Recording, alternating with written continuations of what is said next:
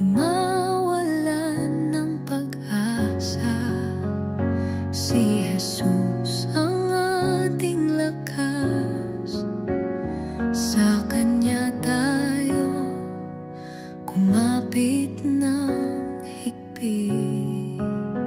Kaya ko ito, kaya ko ito, sa tulong ni Jesus. Kaya ko ito, lahat ng bagay kaya ko ito, sa biyaya ng Diyos. Kaya ko